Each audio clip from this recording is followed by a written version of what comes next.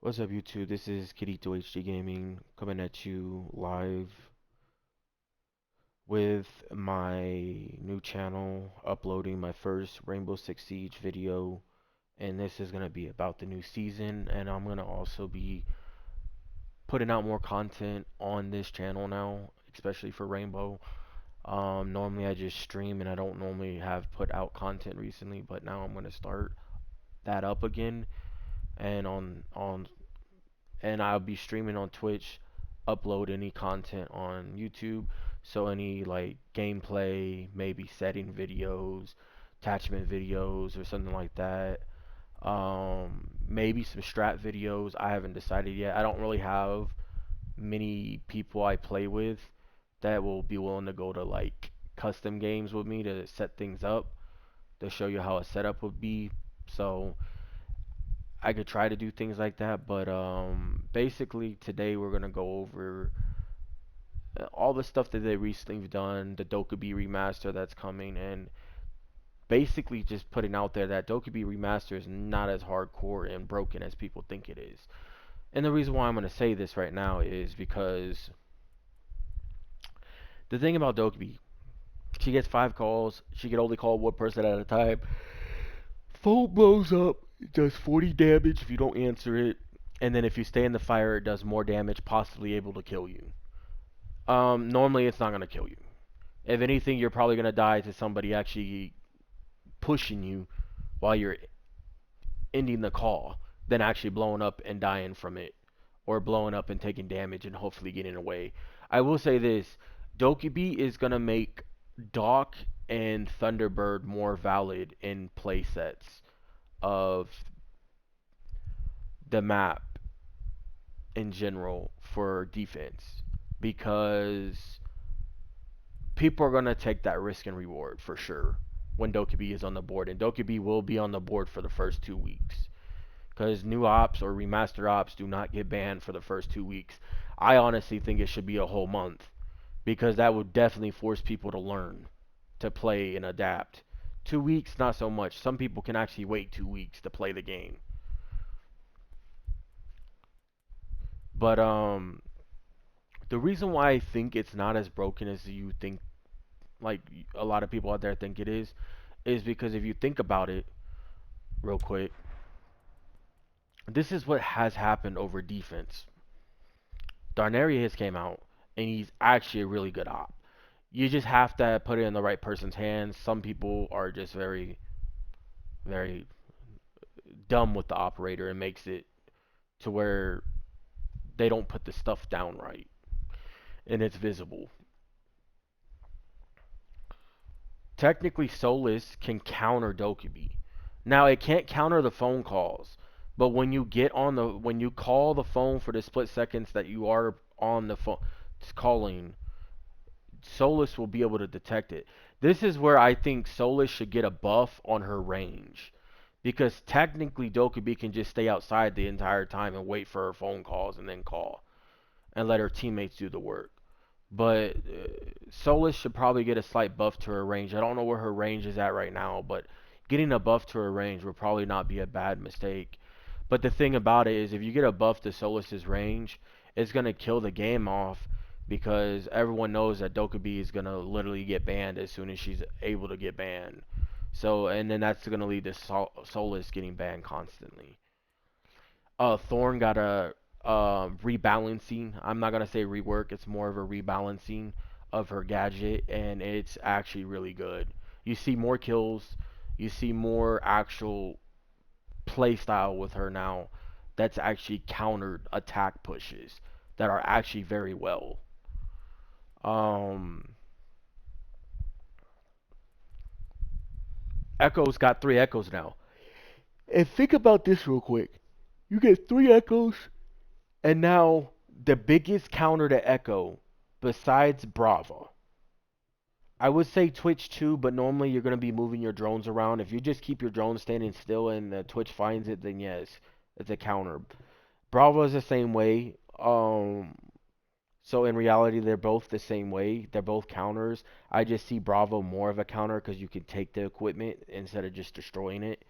And the thing about Echo is If Echo is on his Echo drone and say you got an Echo drone, you have a Dokkaebi and like one other person alive, or just Dokkaebi itself, you can call Echo, and most of the time, if Echo's doing the Echo strat, he's not gonna be near sight. So you can call Echo. Echo's gonna have to literally end the call and then get to the ejective. That's gonna give you time to plant and set up. And if you have more people alive, that's even better. So it counters Echo. Dokkaebi counters Echo perfectly.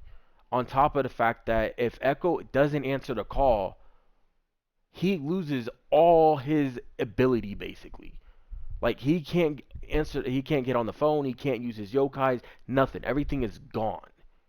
So it makes Echo completely just a basic recruit at that point. So in reality, Dokkaebi, it's a good thing because look, Dokkaebi, we haven't really had any counters to Vigil, obviously, because Vigil is Vigil. You can use IQ and detect Vigil, and that's basically it. Other than that, you have to like be very well on your drone.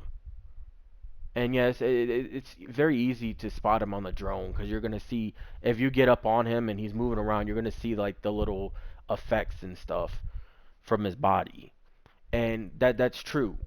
But now this actually Dokkaebi actually counters Vigil, in my opinion, because your phone is getting a virus on the phone. Your phone's getting a virus. You have to end the call. That stops Vigil from roaming and moving away just in case he's already getting pushed, and also possibly makes it to where he's more visible now because his ability is going to run out while he's standing still ending the call. Yes, you do end the calls quicker, so in reality, it's not going to affect the Vigil's uptime as much, but it's going to at least take a solid 3 seconds off his ability. And if you call him at the right time, it could literally make him get off his ability, and then you could detect him better and close down on him. It counters Valkyrie, Dokkaebi, like it counters all these very strong intel ops like Echo, Valkyrie, um, Maestro, very well against those. And, and the good part about this is with Dokkaebi countering them like this, it's better because Dokkaebi only has to call these operators. You call Maestro and Maestro has to get off his drone. Or not drone, but his Maestro, Evil Eyes. Echo has to get off his drones. Valk would have to get off her Valkyries. And then you spam them all 5 times, which I wouldn't spam them, but say there is that one annoying op that you want to do something like that because you notice that they're just sitting somewhere. Because a lot of Echoes and Valks will sit on their cams almost all round, or at least half of the round. That literally gets them off everything, which is good. And doing so, you don't have to try to go in and find a Valkyrie or go into enemy territory with the Brava and try to take care of a Maestro when you know at least 75% of the time your drone is going to get destroyed.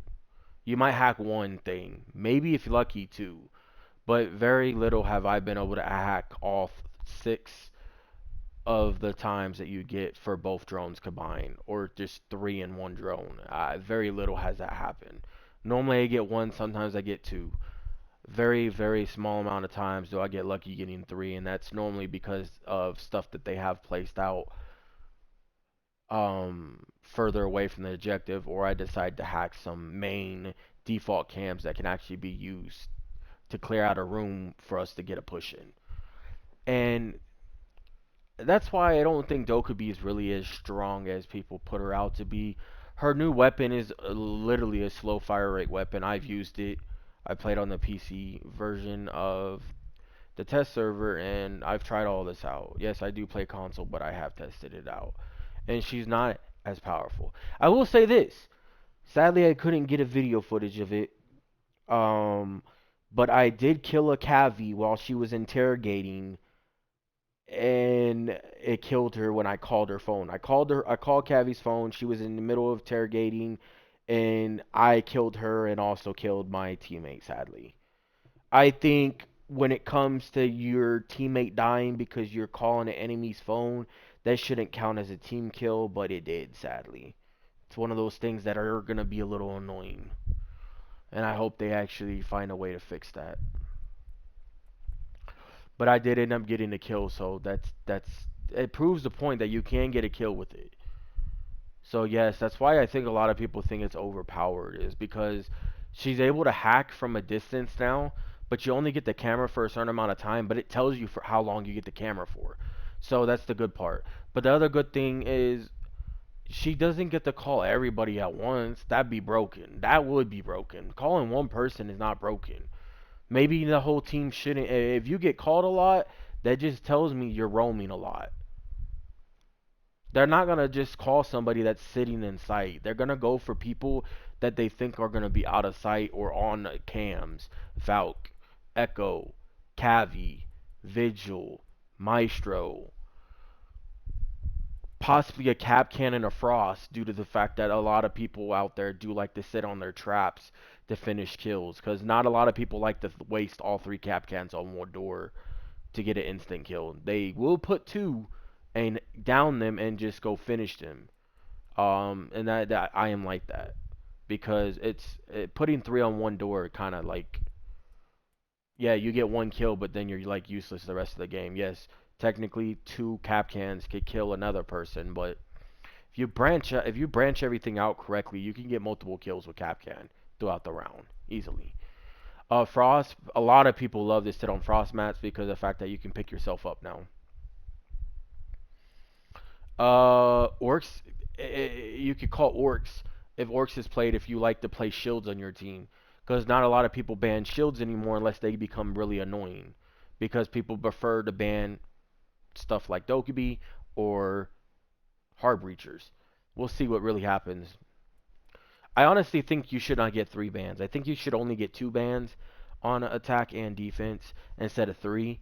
Because I really feel like it should force people to pick, do you want to ban both hard breachers or do you want to ban Dokkaebi and a hard breach or whatever other ops? No matter what, most people are going to at least ban one hard breach. And sadly, it's always Ace, even though Ace got a nerf. He's literally a one speed now. And they nerfed his gadget to where it doesn't open up as much. But they did buff him to where he is not countered by mute anymore, which is a good thing. So in reality, they did nerf him two times while buffing him once. Because yes, when you drop in speed and get more HP and you're a hard breach, I'm sorry, but that's technically a nerf. As a hard breach, you don't want to be super slow. You want to at least be a 2-2 or a 3-1. So 3 speed or a 2 speed. You don't want to be a 1 speed. You just don't.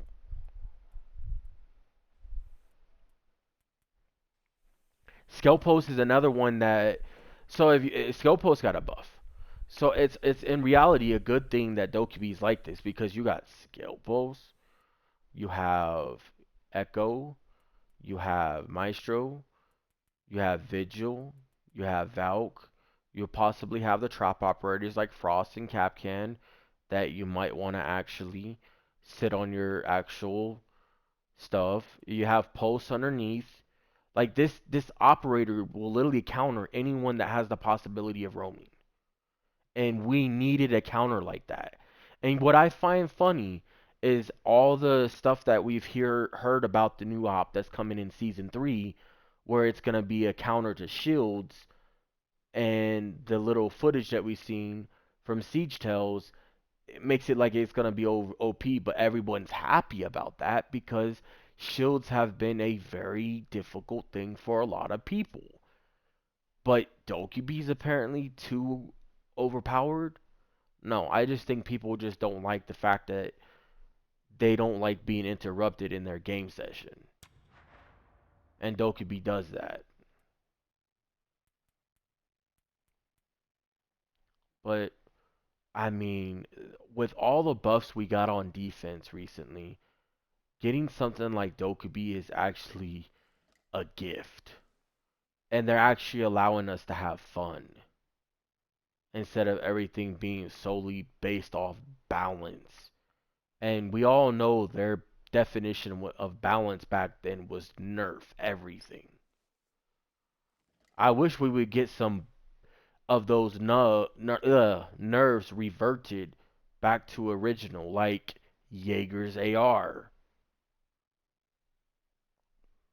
That would be nice to see. I honestly think with how everything is going on attack recently, especially someone like Solid Snake that literally can just pick up intel. I call them intel packages. To get grenades and all that. Having a Jaeger on board would be nice, but no one really likes using Jaeger because nobody wants to deal with his gun. And the reason why I say that is a lot of people out there actually cannot handle the recoil of his gun. I'm gonna be straight real with it. Um, it's not hard to handle, but there's a lot of people out there that can't handle it. And it only has 26 bullets in the mag because you have one in the chamber. So technically 25 with one in the chamber. And then it does 38 damage. They literally decreased the mag size. They decreased the damage because the damage used to be 43. And then they also mess with the recoil while also already messing with his gadget. They literally nerfed this guy to the ground. And it all starts with his ACOG being taken away back in the day too. So in reality, this guy has been nerfed to the damn ground. Honestly, if they don't want to do nothing with recoil or mag size, they should at least make his gun do 43 damage again. That's my final. That's just my belief. The gun should go back to doing 43.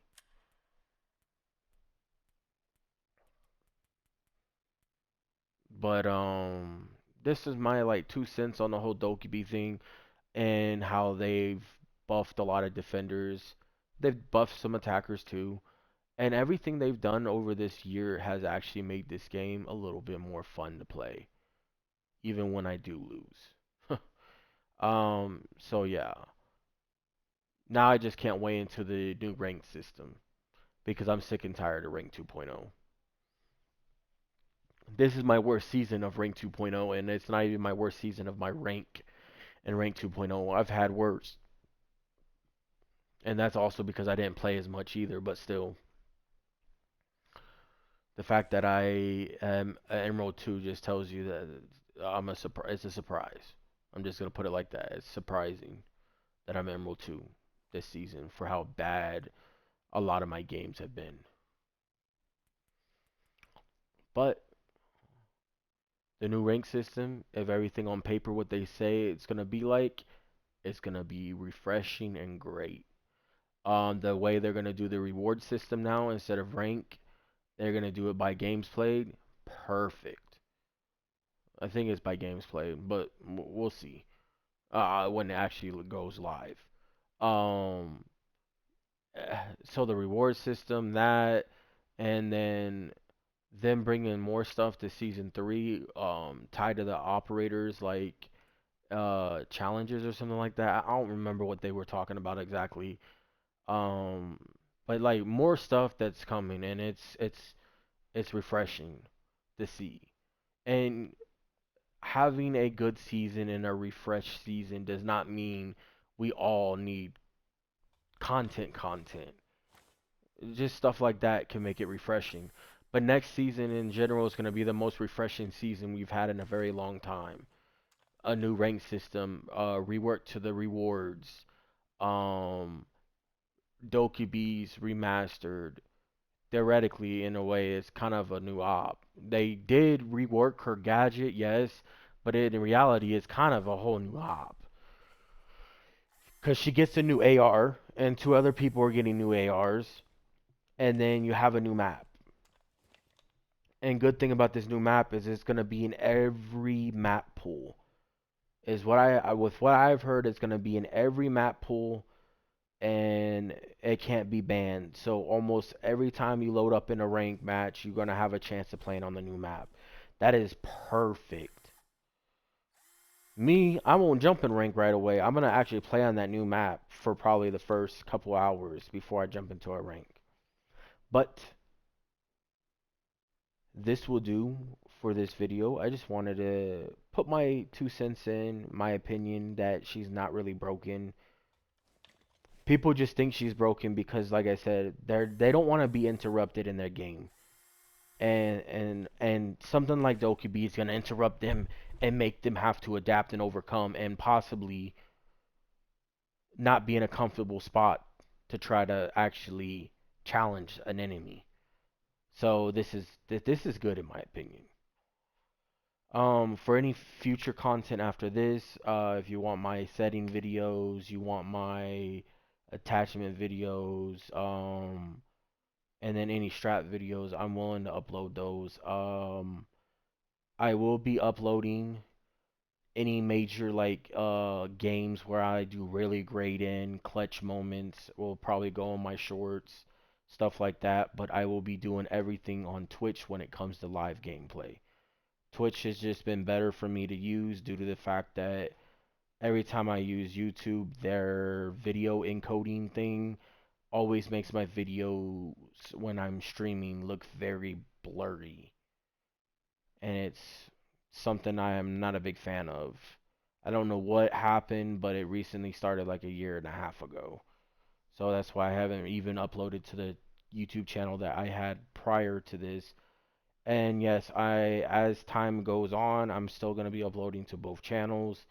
It's just going to be a slow process over until I hope to see more people subscribe to my channel again for my new one. And this will be Kirito HG Games signing off. Hope you guys enjoy, like, and subscribe. And I shall see you guys hopefully in my stream. Peace.